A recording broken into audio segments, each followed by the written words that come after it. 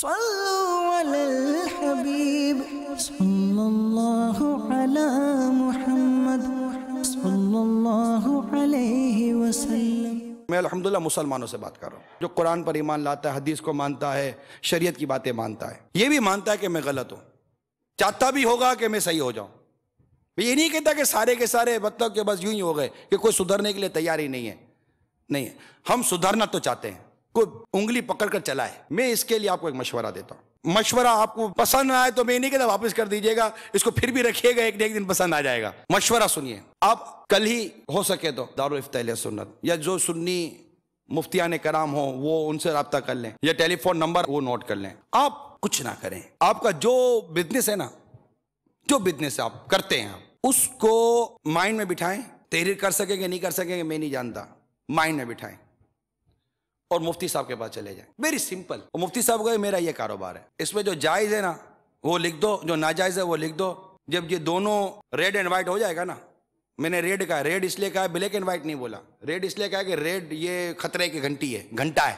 جو ناجائز ہے وہ ریڈ لائن ہے، ریڈ اینڈ وائٹ ہو گیا، جو جائز ہے وہ وائٹ ہو گیا، جو ناجائز ہے وہ ریڈ ہو گئے۔ جو ریڈ ہے نا اس کو چھوڑ دے، چھوڑ دے۔ اس نے اپنی طرف سے تو نہیں کہا، اس نے ایک مسلمان کو شریعت کی بات بتائی ہے کہ آپ جو کر رہے ہیں نا یہ ناجائز ہے، یہ جائز ہے۔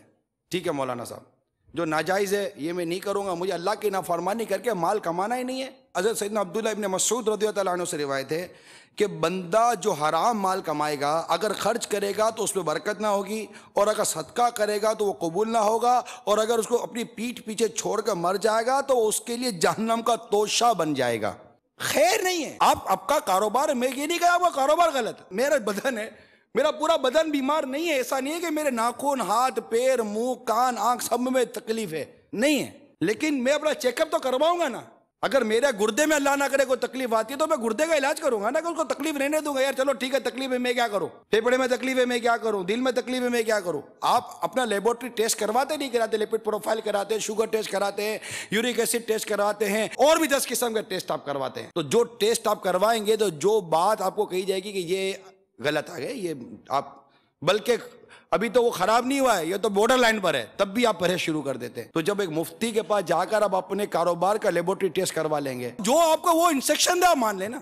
میں نہیں کہتا کہ میں جو کہتا ہوں وہی مانیں، پھر آپ ڈیبیٹ کریں کہ یہ کیسے ہوگا، یہ کیسے ہوگا، یہ کیسے ہوگا، یہ کیسے ہو سکتا ہے۔ آپ اسے ڈیبیٹ کریں، وہ آپ کی ڈیبیٹ سنے گا، مفتی ہے یار، وہ آپ کی ڈیبیٹ سنے گا۔ کیونکہ مسئلہ یہ ہے کہ ہماری پوری انڈسٹری کے اندر، میں تو ہر بزنس مین کو کہتا ہوں، ہماری انڈسٹری کے اندر، ہمارے بزنس ٹرین کے اندر ہمارے سارے ڈپارٹمنٹ بنے ہوئے ہیں، اور ایک ڈپارٹمنٹ نہیں ہے ہمارے کسی بھی آفس کے اندر، میں نے آج تک ڈپارٹمنٹ نہیں دیکھا جس کے اوپر لکھا ہو شرعی رہنمائی۔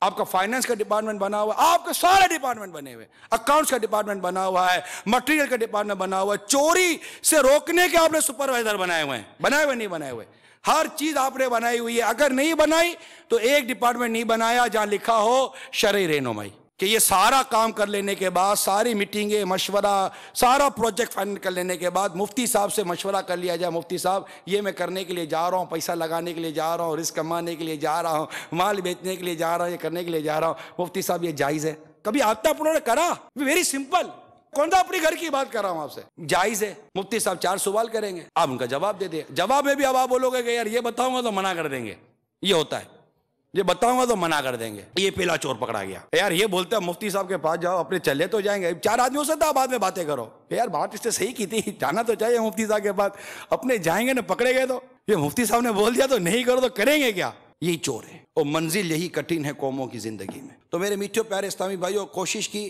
کہ آپ تک نیکی کی دعوت پہنچائی جائے، ہم اپنے اس کام کو ستھرا کر کرنے میں کامیاب ہو جائیں۔ آپ کہیں گے کہ یار یہ پورا نظام کیسے تبدیل ہوگا؟ آپ ہمت کریں، بارش کا پہلا قطرہ کوئی بنے، کوئی تو ہوگا نا بارش کا جو پہلا قطرہ بنے گا، اپنے اندر نیت کریں، میں نہیں کہتا ہاتھ اٹھائیے، نہیں، آپ اپنے اندر عزم کر لیں کہ میں اپنا یہ کام اب صرف وہی کروں گا جس کے اللہ اور اس کے رسول نے اجازت دی ہے، بس اتنی سی نیت کر لیجیے۔ صلوا علی الحبیب صلی اللہ علی محمد صلی اللہ علیہ وسلم۔